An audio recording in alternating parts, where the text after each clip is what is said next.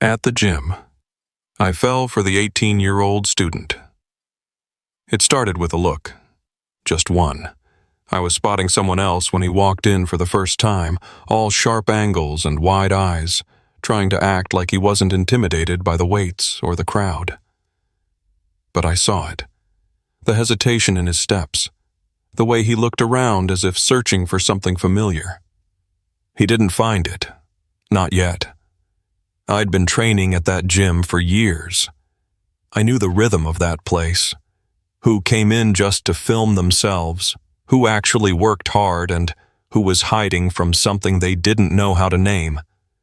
But that day, when I saw him in the mirror behind me, something shifted. He was just 18. That's what the front desk said when I asked, trying not to sound too curious.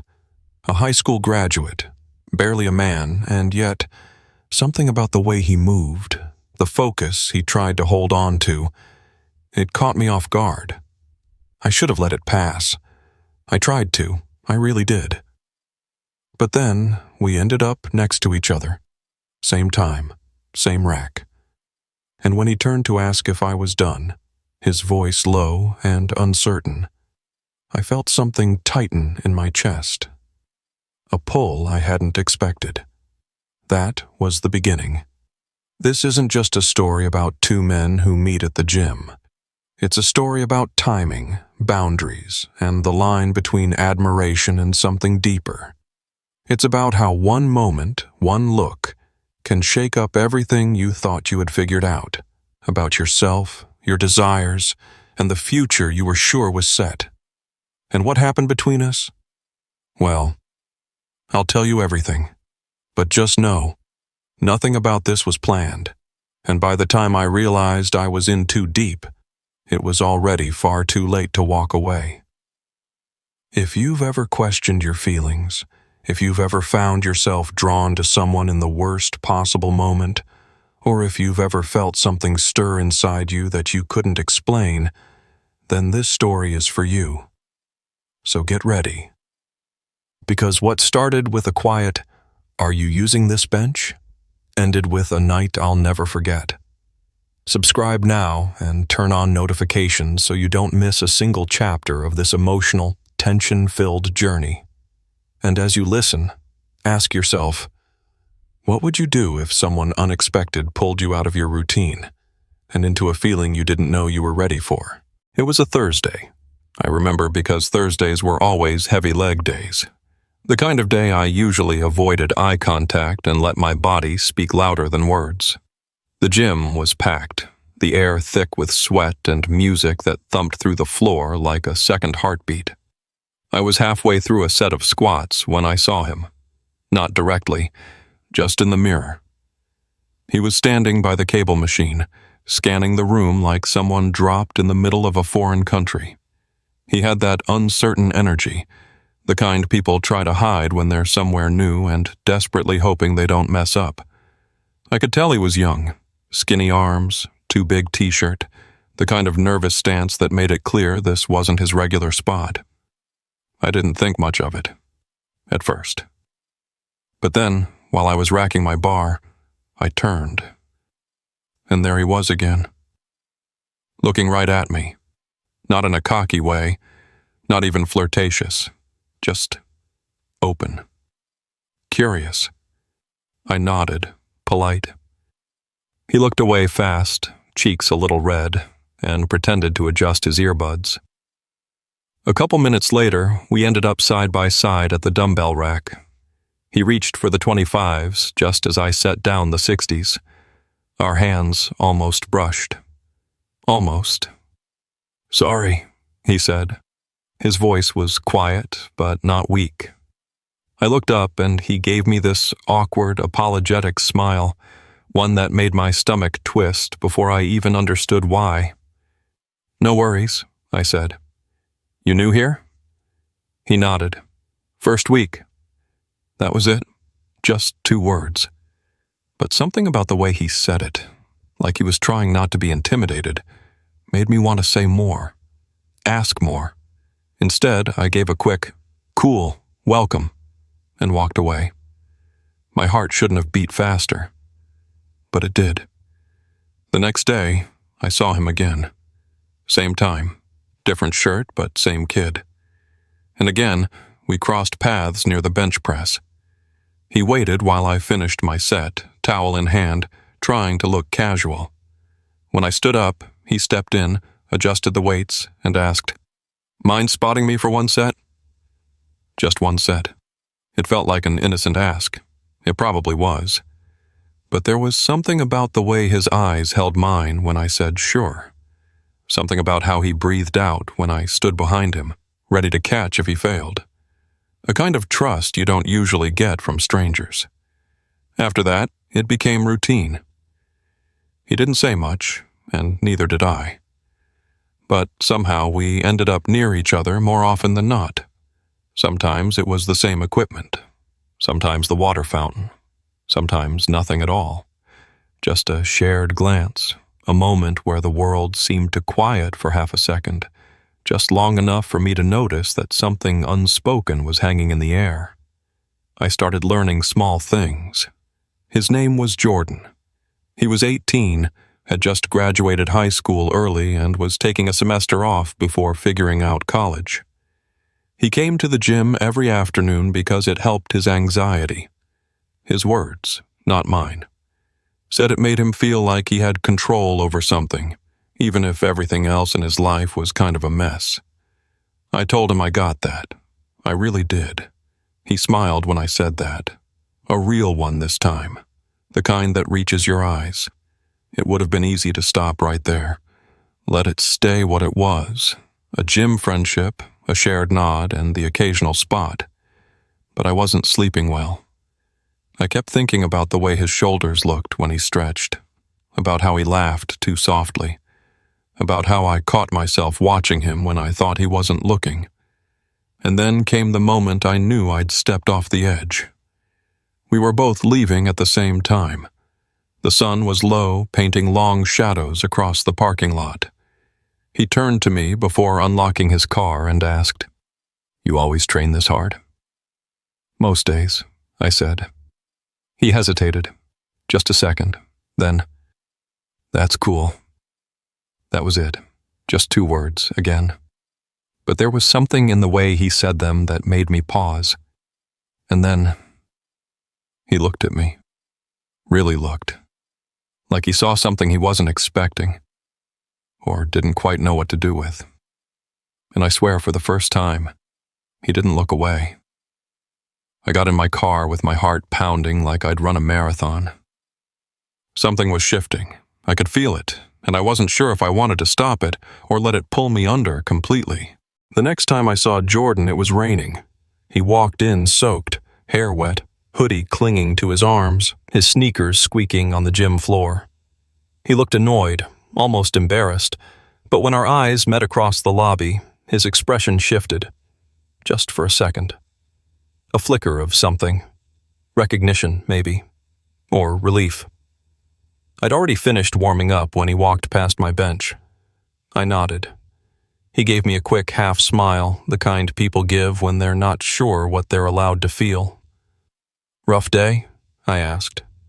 He blew out a breath and dropped his bag at the floor. "Car's AC died. Got stuck behind a school bus. Then this." He held out his soaked sleeves like he was surrendering to the universe. I chuckled. "Guess it's leg day then." He groaned. "It's always leg day with you." There was something new in his voice, teasing, almost playful, like we'd skipped a step in the normal way people get to know each other. I liked that. I liked the way we didn't need small talk anymore. And I hated that I liked it. We trained side by side that day. No spotting, no planned routine, just a kind of silent rhythm that matched without us trying. He'd finish a set, and I'd start one. I'd pick up a towel, and he'd grab water. We weren't touching, but somehow we were closer than ever. During rest periods, he'd sit next to me on the mat, close enough that our shoulders sometimes brushed when he leaned back, and he never moved away. I told myself not to read into it. That maybe he was just comfortable. Maybe he was that kind of guy, physically open, not thinking twice about the space he occupied. But then, he said something that stopped me cold. "You ever think some people come into your life just to mess with your head?" he asked, eyes on the ceiling as we lay flat after a round of brutal core work. I glanced over. "You mean like in a bad way?" He shrugged. "Not bad. Just confusing." I waited. He didn't explain, but the silence between us got heavier, denser, and I felt my pulse quicken. "I guess," I said carefully. "Depends on the person." His head turned slowly toward me. "Yeah." Just that. Yeah. But with his eyes locked on mine, it didn't feel small. It felt intentional. I got up before I said something I'd regret. After that session, he didn't follow me out like he usually did. I lingered in the parking lot, pretending to scroll my phone, but he stayed inside, refilling his bottle, taking his time. I told myself it was fine. That night, I couldn't sleep. My thoughts kept looping. The weight of his gaze, the tension in his voice, the way he didn't flinch when our arms touched. I didn't know what he meant. I didn't know what he wanted. But I knew what I was starting to want, and it scared me. I'd been through things. I'd had relationships. I wasn't someone who got crushed over uncertainty. But with Jordan, it was different. Maybe because of his age. Maybe because of mine. Or maybe because it felt like somehow we were both standing at the edge of something and neither of us could name it yet. The next day, he didn't show. I told myself it didn't matter, that he was probably busy or tired or dealing with school stuff. But then, the next day passed too, and the one after. By the fourth day, I was restless, frustrated, and then, as if the universe had been toying with me, I got a message on Instagram. "Hey, it's Jordan. Sorry, I've been Maya. Can we talk?" No emojis. No exclamation points. Just that. "Can we talk?" My heart kicked hard against my ribs. I wrote back, "Of course. When?" He replied instantly, "Tonight. If you're free. Outside the gym. Around 9. I stared at the screen, thumb hovering over the keyboard. I didn't know what he was going to say, but I had 100 possibilities racing through my head, and most of them didn't end well. Still, I typed, "I'll be there." I showed up early, parked where I could see the entrance. My stomach felt like it was filled with rocks. Every time someone walked past the glass doors, I flinched. And then, just before 9, I saw him. Jordan. Hoodie pulled up, hands deep in his pockets. He stepped outside, looked around, and spotted me. Our eyes met. He didn't smile. He just walked straight toward my car. Something in his expression made my chest tighten. He opened the door, and then, without even sitting down, he said, "I need to tell you something, and I don't know how you'll take it." "I need to tell you something, and I don't know how you'll take it." Jordan stood outside my car, his hoodie still dripping from the drizzle that had started minutes earlier. The gym behind him was closing up. The parking lot was nearly empty, and yet, in that moment, everything felt too loud. My heartbeat, the buzzing streetlight above us, the weight of what he might say. "Get in," I said quietly. He hesitated only a second before opening the passenger door and sliding in. He didn't look at me, just stared straight ahead, hands balled into fists on his lap. "I didn't ghost you," he said. "I mean, I kind of did, but it wasn't because I wanted to. I didn't know how to deal with it." "With what?" I asked, careful not to let my voice break the fragile tension between us. He exhaled hard. "I think I like you." The words dropped like a stone in still water. I didn't move, didn't speak. Not yet. "I don't know what that means," he continued, his voice faster now, like if he didn't say it all at once, he'd lose his nerve. "I've never said that to a guy before. I've never felt it either. When I'm around you, it's different.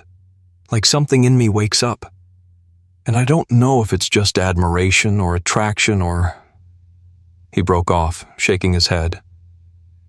"Maybe both." I swallowed, my mouth dry.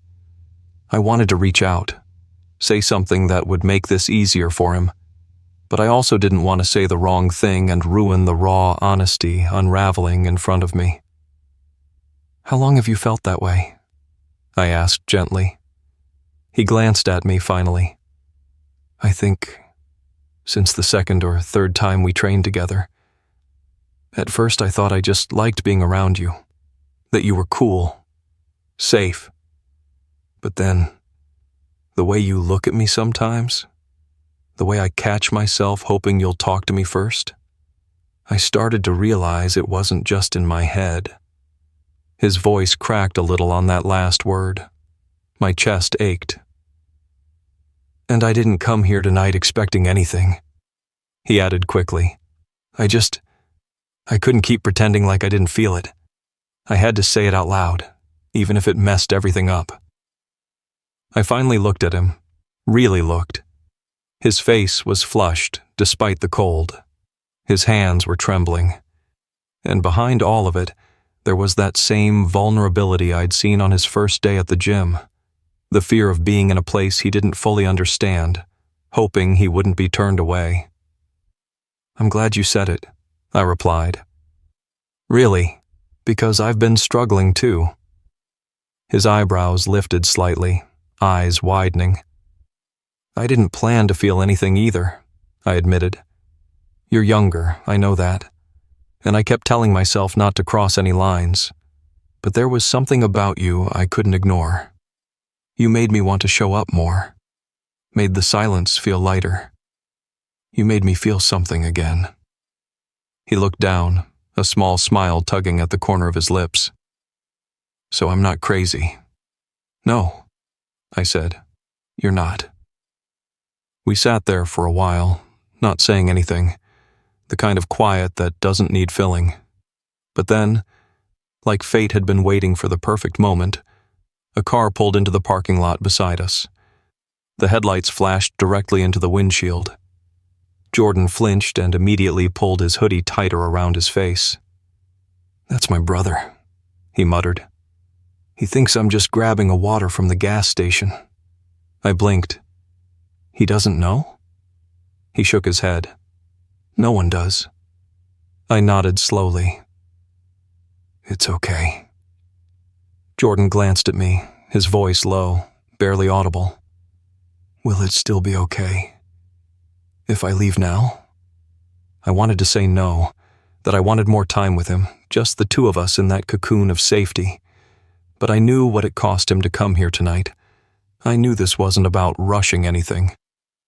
"Yeah," I said, "but only if you promise this isn't the last time we talk about it." He opened the door, pausing with one foot outside. "It won't be." He stepped into the rain, hoodie up, shoulders hunched. I watched him walk toward his brother's car and disappear into the night. And just like that, I was alone again. But for the first time in weeks, I didn't feel lost.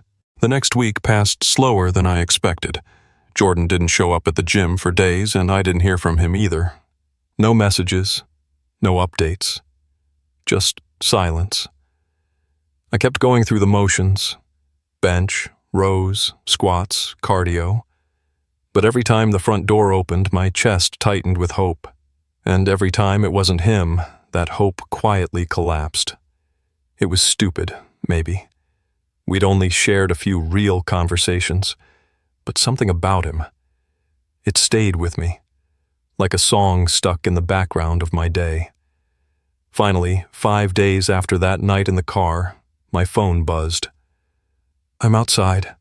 Can we talk?" No hello, no name. He didn't need to sign it. I knew. I rushed out of my apartment without a jacket. It was late, already cold. When I stepped onto the sidewalk, I saw him, hoodie again, backpack slung over one shoulder, pacing slightly near the curb like he was trying to burn off nerves. When he saw me, he stopped. "I wasn't sure if you'd still want to see me," he said. I crossed my arms, mostly to keep warm. "You disappeared." "I know." He looked away. "Something happened." "What?" He didn't answer right away. He pulled out his phone, tapped it, then showed me a screen. A screenshot from Instagram, my profile, my gym photos, and in the comments section, a message from a fake account. "Your little gym buddies still in high school? Careful, dude." My blood ran cold. "Who sent this?" I asked, jaw tight. "I don't know," he said, "but my brother saw it. That's why I've been gone." I stared at the screen, heart pounding. "He freaked out," Jordan continued. "Said it was dangerous, said I shouldn't go near you again. He thinks you're—" He cut himself off, biting his lip. "He doesn't know anything, but it got messy, really messy." I breathed in, trying to keep my voice calm. "I didn't do anything wrong, Jordan." "I know," he said, "but I also know what it looks like, and I'm scared." There it was, fear, not of me, but of what other people might assume, of how fragile his world still was.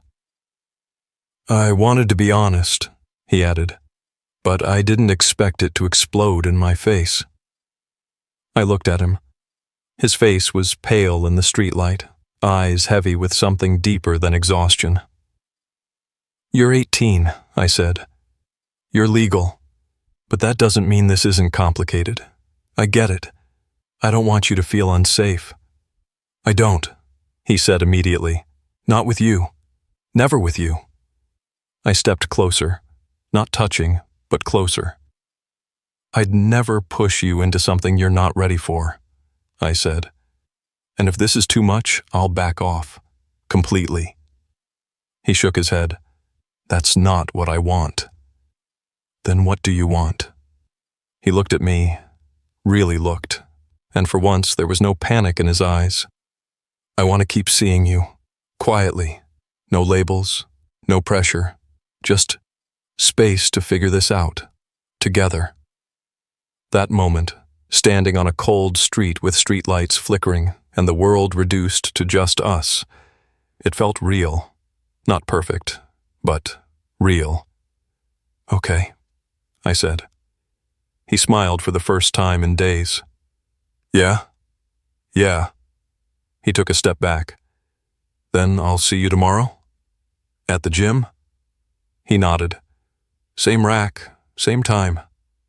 And then, just before he turned to leave, he said softly, so soft I almost didn't catch it, "I missed you." And just like that, I wasn't cold anymore. He came back the next day, right on time. Same rack, just like he'd promised. When I saw him, something inside me relaxed. He wasn't avoiding me anymore. He wasn't hiding. We didn't talk much during the workout.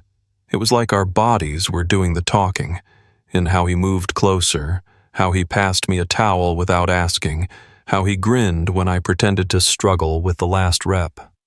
Afterward, we sat in the stretching area, catching our breath.